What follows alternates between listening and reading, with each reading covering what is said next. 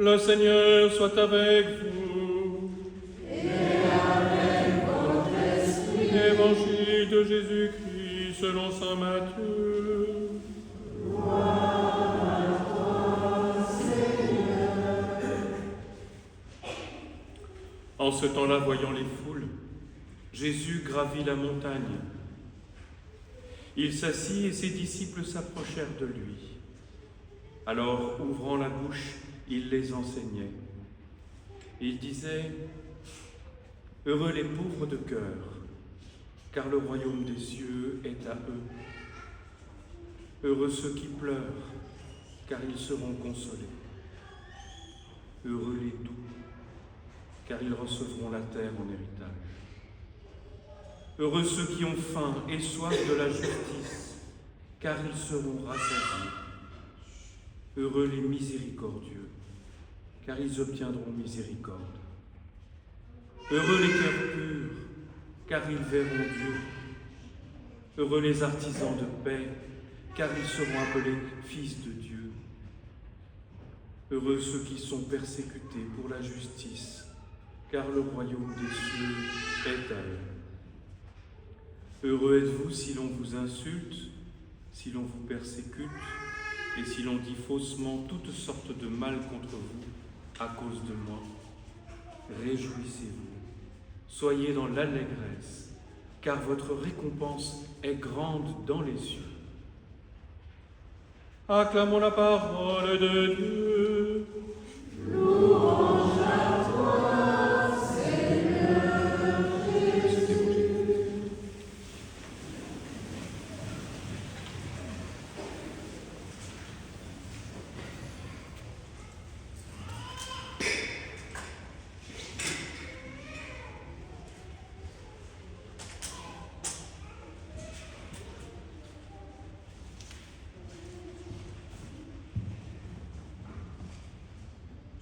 Bien-aimés de Dieu,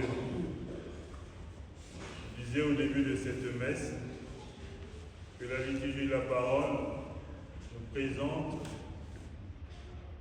un aspect de la vie chrétienne, c'est accueillir la parole de Dieu. Non pas seulement de l'avoir écoutée, mais dans accueillir la parole de Dieu, il faut rajouter un sens beaucoup plus positif, c'est garder et vivre la parole de Dieu.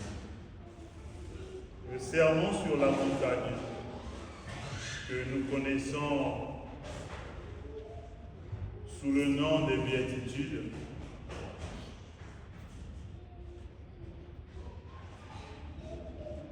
c'est l'enseignement de Jésus pour nous redire l'amour de Dieu. À la question de savoir pourquoi Dieu a créé l'homme, le catéchisme répond pour que l'homme puisse aimer Dieu, le glorifier, c'est-à-dire témoigner de lui au milieu des hommes pour ses merveilles dans la vie humaine. Alors, les béatitudes sont comme des balises.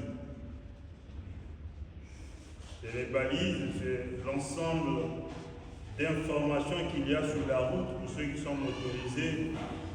Sur la route, il y a beaucoup d'enseignements qu'il faut observer pour faire bonne route, pour bien circuler, pour observer un certain nombre, toutes les informations qui sont sur la route aident à la bonne conduite.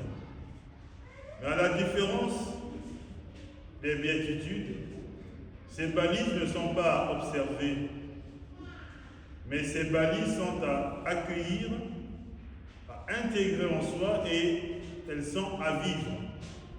Puisque c'est Jésus qui nous dit, dans la volonté du Père, le bonheur, c'est avoir un cœur de pauvre. Celui qui veut être, c'est à la suite de Jésus, et que nous marchons à la suite de Jésus, et pour vivre dans ce bonheur, Jésus nous dit, pour vivre avec moi, pour trouver la merveille du Père, c'est être heureux, mais ce bonheur, c'est la pauvreté de cœur. Et tout au long du récit des béatitudes, on rappelle Soyez heureux, car le royaume des cieux est là. Soyez heureux. Ayez un cœur pur, une droiture d'intention. Ayez faim et soif de la justice. Heureux ceux qui pleurent de la limite qui est la nôtre. Cette limite peut inclure beaucoup de choses.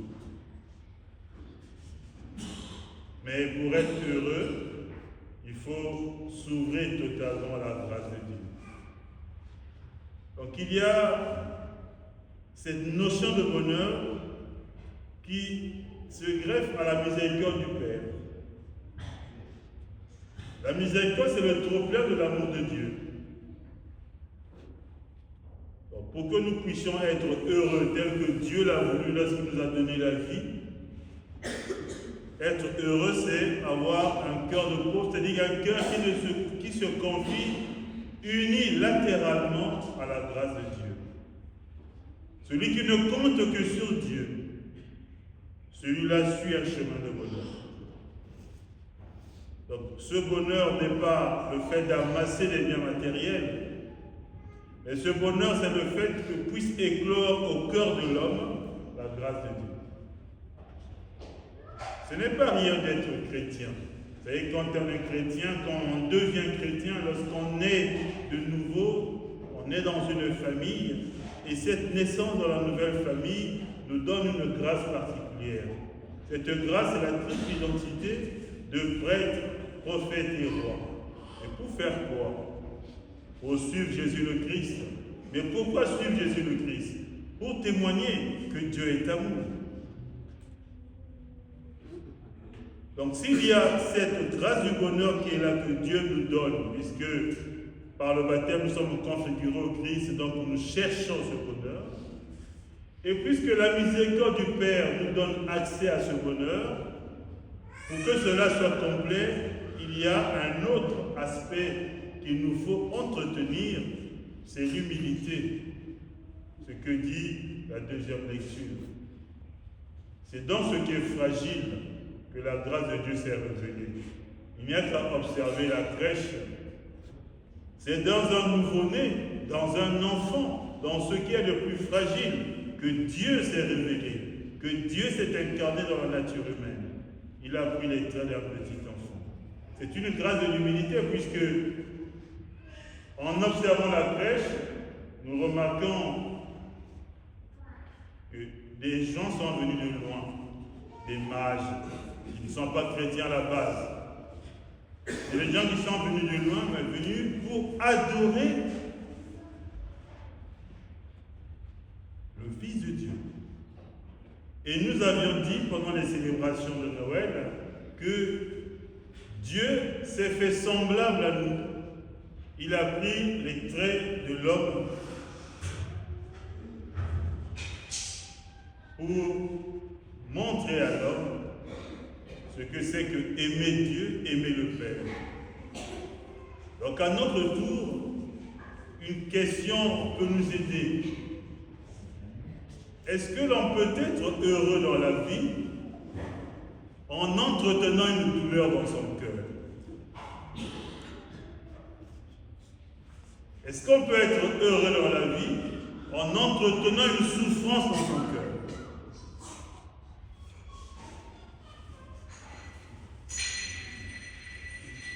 Ce n'est pas ce que Jésus nous dit.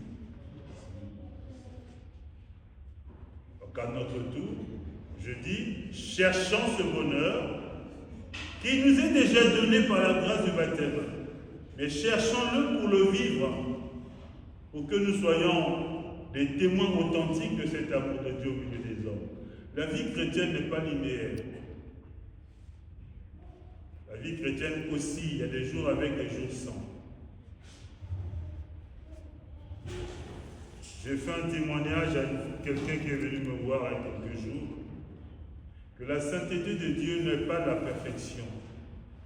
La sainteté ne renvoie pas à la perfection. Je pense que la sainteté renvoie à l'ouverture du cœur à la grâce de Dieu. Quand on lit l'évangile de Matthieu, la généalogie de Matthieu, le premier chapitre, il y a tout un récit où il n'y a que des noms que l'on cite. Et ces noms que l'on cite, ce n'étaient pas forcément des gens parfaits. Dans cette généalogie, c'était pour nous montrer que Dieu traverse cette nature humaine. Les personnes qui sont là ont vécu. Chacun a eu une relation particulière, mais le Seigneur a traversé tout cela. Dieu est passé par ces lieux où il y avait des imperfections et il a arrangé au fur et à mesure pour qu'à la fin, il y ait le Fils de l'homme, il y ait le Christ qui naisse, le Messie, le Fils de Dieu. Nous aussi, nous ne sommes pas parfaits, la perfection n'est pas de ce monde. Mais nous sommes invités à imiter le Christ de manière que la grâce dont Dieu nous comble nous aide à nous ouvrir et à vivre de cet amour en témoignant les uns les autres de ce que le Seigneur fait de merveilleux pour chacun de nous. D'où la question que je pose encore: peut-on être heureux lorsque on n'arrive pas à se débarrasser de cette souffrance qu'il y a dans le cœur? Il y en a, je ne dis pas que c'est facile.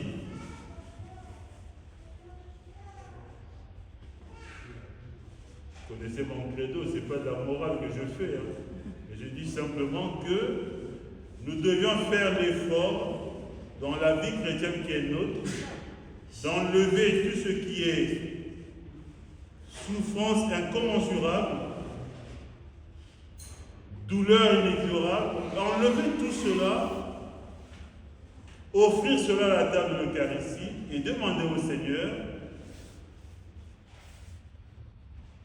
de veiller sur nous. Je ne dis pas que ça se fait sur un claquement de doigts. Non. C'est un effort, mais c'est un effort qui n'est pas insurmontable. C'est notre effort chrétien d'avancer chaque jour sur les chemins de la vie. C'est chaque jour que nous faisons un pas pour entrer et vivre au cœur de l'amour de Dieu. Que le Seigneur soit notre rempart, qu'il veille sur nous et que son Esprit Saint nous aide à demeurer dans cet amour. Amen.